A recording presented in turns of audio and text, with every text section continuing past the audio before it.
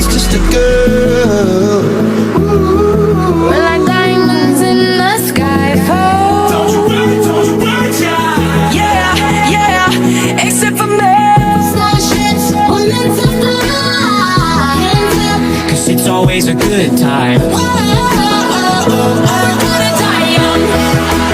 Somewhere in the crowd. I'm gonna prove nothing to lose. Far away, far away. Wireless HDMI delivery from Shopee. Nakita ko na rin to. Sigurado.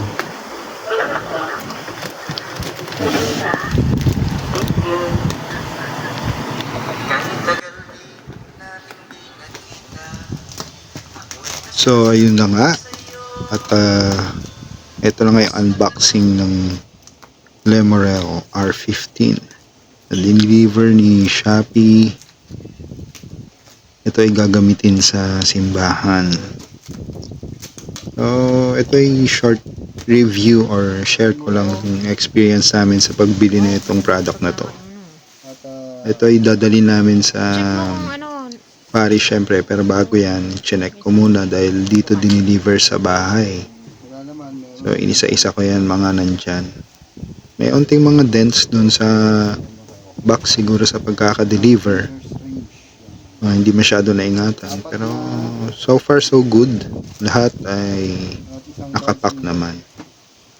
So dito sa puntong ito ay talagang sobrang excited na kami na i-test itong product.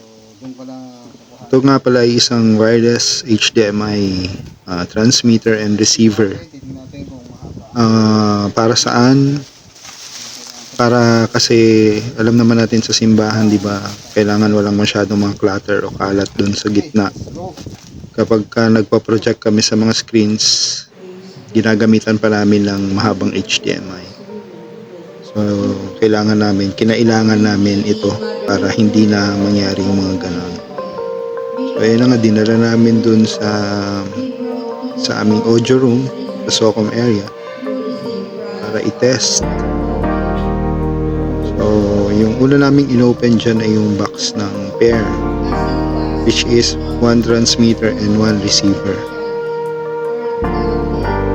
Nung trinay naman namin siya ay wala naman kami naging problema. Kaso pagdating dun sa tatlong receivers na inad namin, yun, dun na nag-start yung problema na itong product na to. Ang nangyari, yung tatlong receivers na kinuha namin na additional ay hindi siya nag-function. So yung gumagana lang dito ay yung transmitter at receiver na nasa loob ng isang box. At yung inad namin na tatlong additional na boxes ng receivers ay hindi gumana. Kaya tatlo yung kinuha namin kasi dalawa yung screen sa simbahan, isa sa left, isa sa right. At bali apat na receivers yon, isa sa pair, yung box, yung bundle yan. Tapos yung tatlo magkakahiwalay. Ang purpose kasi nun, isa sa projector at dalawa dun sa mga monitor screens kung saan pinapakita yung mga responses sa yung mga kanta, di ba, pag nakikita ninyo sa simbahan. Kaya yun yung kinuha namin. Ang problema nga, hindi namin yan napagana. For whatever reason, hindi namin alam kasi ang sinabi naman sa kanyang manual ay plug and play. So ayan, isa-isa ko na yun i-test. Inuwi ko muna ulit sa bahay para i-testing ko yan isa-isa. So ayan, una kong trinay ulit yung transmitter. Pinabit ko sa laptop, nilagyan ko ng monitor para makita kung gumagana. Ang range nga pala nitong Lemorel na to ay 200 meters.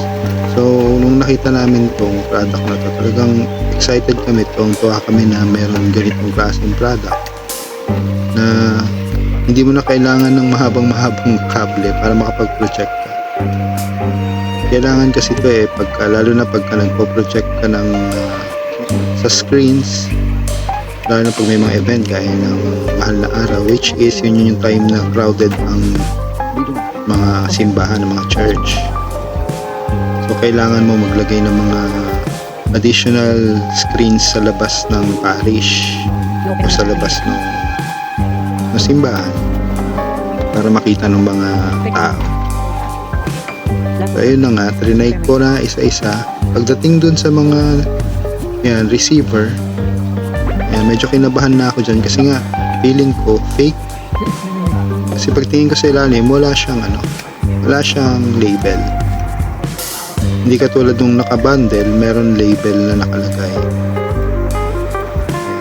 Parang nagduda na ako dyan, sabi ko hindi kaya fake yung nabigay sa amin. 3 pa naman yung inad namin na receivers.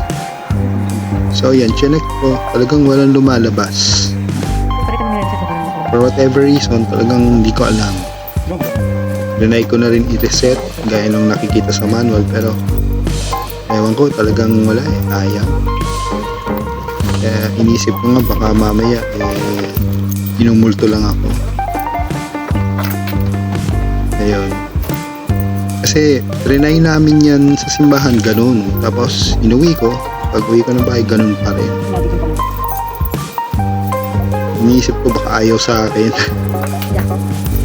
So ang ginawa ko ngayon, tinawag ko dun sa isa namin kasama sa Socom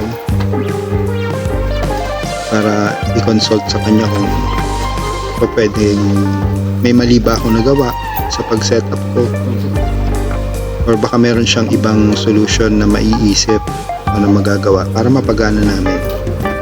At ang last option namin, if ever, kasi nga nagduda nga ako, mukha kasi siyang fake, hindi siya mukhang original dahil nga walang label sa ilalim, is ibalik na lang namin siya. So kaya kinuha ko tong video na to, itong isa lang magagamit. Actual na video na to, ito yung isa-send ko po sana sa Shopee Hindi pa naman pwede. Wala naman mabibili. para ma-claim namin o kaya makapag-refund kami para mapakita sa kanila na hindi nag-cover. So yan, inisa-isa ko yan yung unang box. Pati ito isa? Siyempre binalik ko rin siya ng maayos, Hindi niya ito yung isa.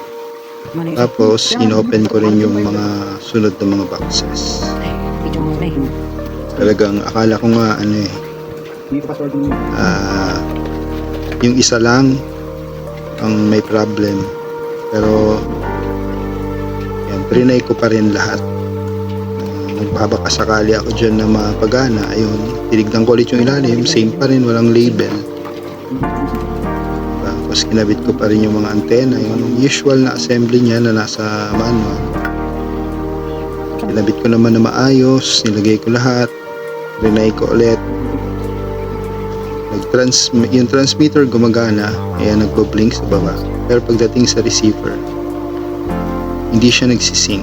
Actually, matagal ako naghintay dyan. Tapos nire-reset ko pa siya ulit. Diba? Nihintay ko. Wala siya na-detect. As in, wala. Hindi nagbo-blink. Ibig sabihin, hindi nagre-receive, hindi nagtatransmit. Pero yung transmitter sa ilalim, continuously nagtatransmit siya or nagsisync siya. So iniisip ko kung saan kaya siya nagsisync, bakit hindi na-detect. Yung isa. So wala, bigo pa rin ako dun sa pangalawa. Kaya minabuti ko na rin na wala, yun sabi ko, wala, thumbs down. Trinay ko na rin yung isa pa, third na receiver. Chinek ko ulit, same pa rin, walang label sa ilalim. Dito talagang medyo may nandun na yung kaba kasi hindi actually hindi mura yung yung gadget. Yung product na yun ay hindi mura, medyo may kamahalan. Tapos syempre hindi mo mapapagana. Parang medyo nakakakaba. Kakabahan ka rin. Nireset Diba, mo na maisip mo baka mamaya na-scam ka. Pero yung store naman na binilhan ko niyan ay legit. Maingat kami pagdating sa mga ganyan sa pagbili.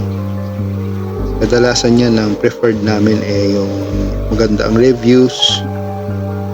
Saka syempre marami ng sold.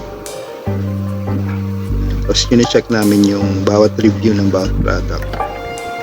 Wala naman ako nakitang negative. Actually, ang taas nga ng rating yan. So, nandun pa rin yung hope sa akin na mapapagana. Given na kasi, alam nyo mga kuya at given na yan na sa mga katulad natin ng mga nagsaserve sa parish, sa simbahan, since gawain ng Diyos yan or para kay Lord kasi, syempre hindi happy dyan ang kalaban. Wala. Alam nyo yun, kung nagagets nyo. So gagawa siya ng way para ma-discourage ka, sumuko ka. Pero hindi nangyari yun. Yan, kinonsulta ko nga yung isa naming kasama. Gamit lang po ang isang At ayun, nagsabi siya, meron siyang good news nung tinest naman niya, napagana niya. So ako yung nagtataka, sabi ko, ano bang ginawa mo? Paano mo napagana?